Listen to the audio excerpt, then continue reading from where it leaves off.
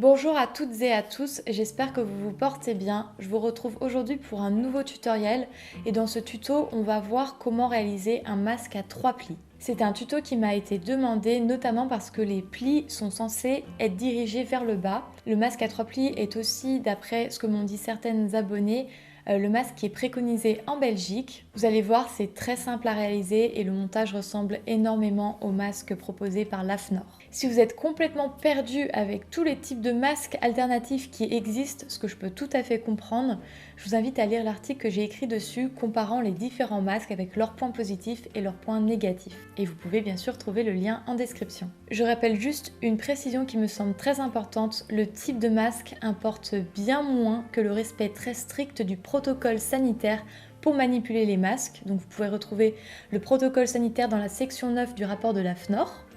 Et également le respect des mesures barrières.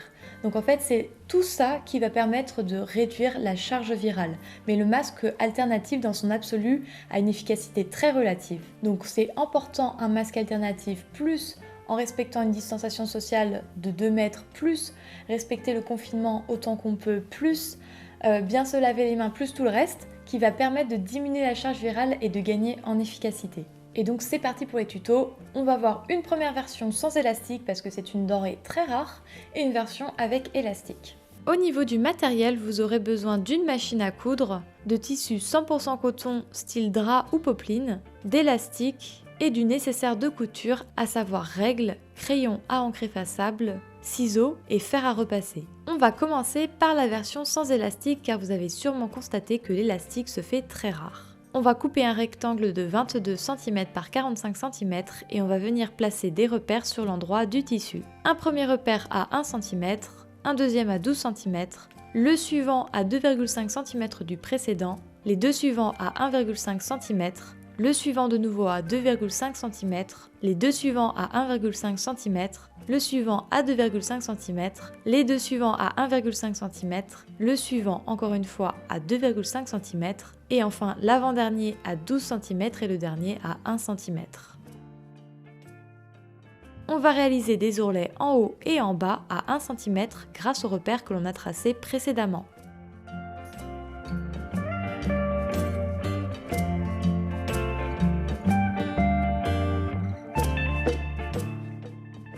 On passe désormais aux plis. On réalise 2 premiers plis sur les repères à 12 cm et on va passer au fer à repasser pour bien les marquer.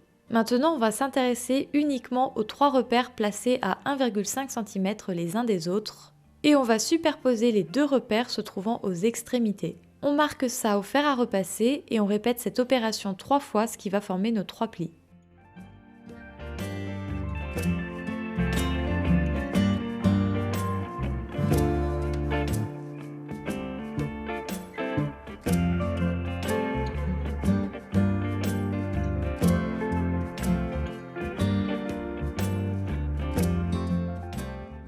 Pour fixer nos plis, on va coudre au point droit à 0,5 cm du bord sur les côtés.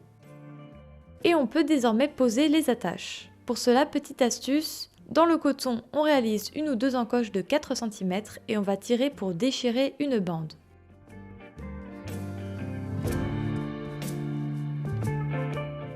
Les bandes doivent mesurer entre 80 et 90 cm chacune.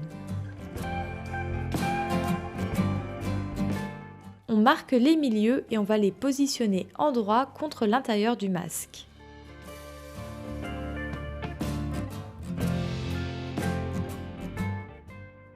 On pique à 0,7 cm du bord pour les fixer. 0,7 cm du bord correspond en fait au bord du pied de biche. On retourne le masque de sorte à avoir la partie extérieure face à soi. On prend l'extrémité droite en haut et on réalise un premier pli à 1 cm du bord. Ensuite, on rabat d'1 cm la largeur de la bande, puis de nouveau 1 cm.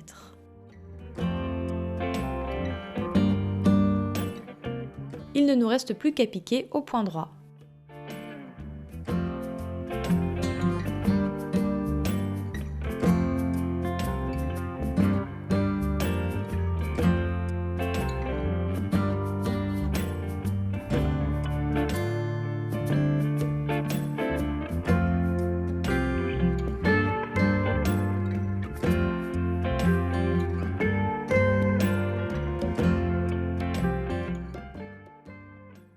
On retourne le masque et on réalise exactement la même étape.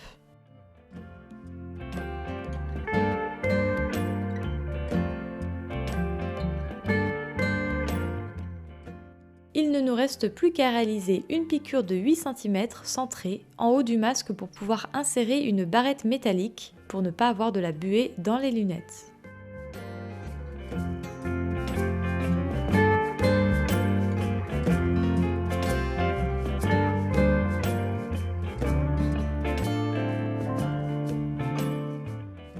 Pour la version avec élastique, on va couper un rectangle de 24 cm par 45 cm. Et on va placer des repères sur l'endroit du tissu exactement de la même façon que précédemment. Sur l'envers du tissu, on va tracer des repères à 1 cm sur les côtés. On coupe également 2 élastiques de 35 cm. On va réaliser des ourlets en haut et en bas à 1 cm grâce aux repères que l'on a tracés précédemment.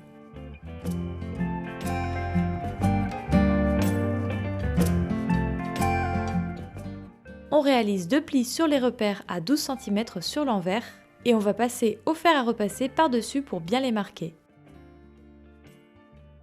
On place les élastiques sur la largeur en haut et en bas entre les deux épaisseurs au niveau des plis.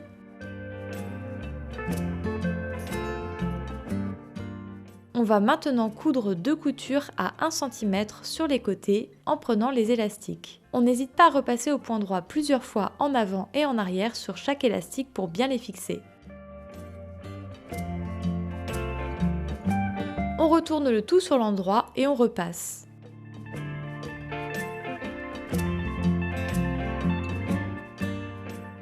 On va marquer les plis comme précédemment.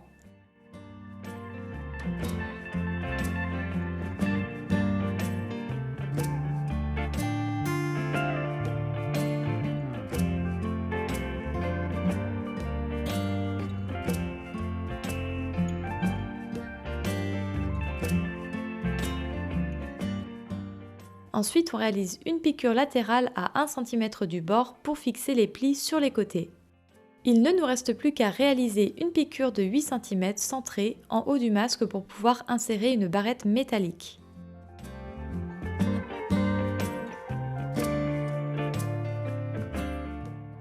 Et voilà, comme vous pouvez le voir, c'est très facile à réaliser. Le plus gros du travail réside dans le repassage. Et donc quand on n'a pas de machine à coudre, ça évite d'y passer 1000 ans. Donc vraiment, si vous n'avez pas de machine, je vous invite plutôt à réaliser un masque à plis plutôt qu'un masque avec sans couture sagittale ou avec couture sagittale, parce que ce sont des masques qui sont beaucoup plus longs à réaliser.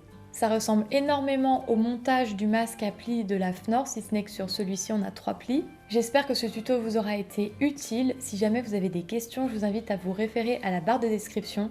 J'essaye de lister toutes les questions qui m'ont été posées avec les réponses. Et puis si jamais j'ai pas répondu à votre question, vous pouvez m'écrire à l'adresse mail contact@cecilediy.com ou sur Instagram cecilediy et j'essaierai de vous répondre aussi vite que possible. Je vous souhaite de passer une bonne journée et de prendre soin de vous et de vos proches.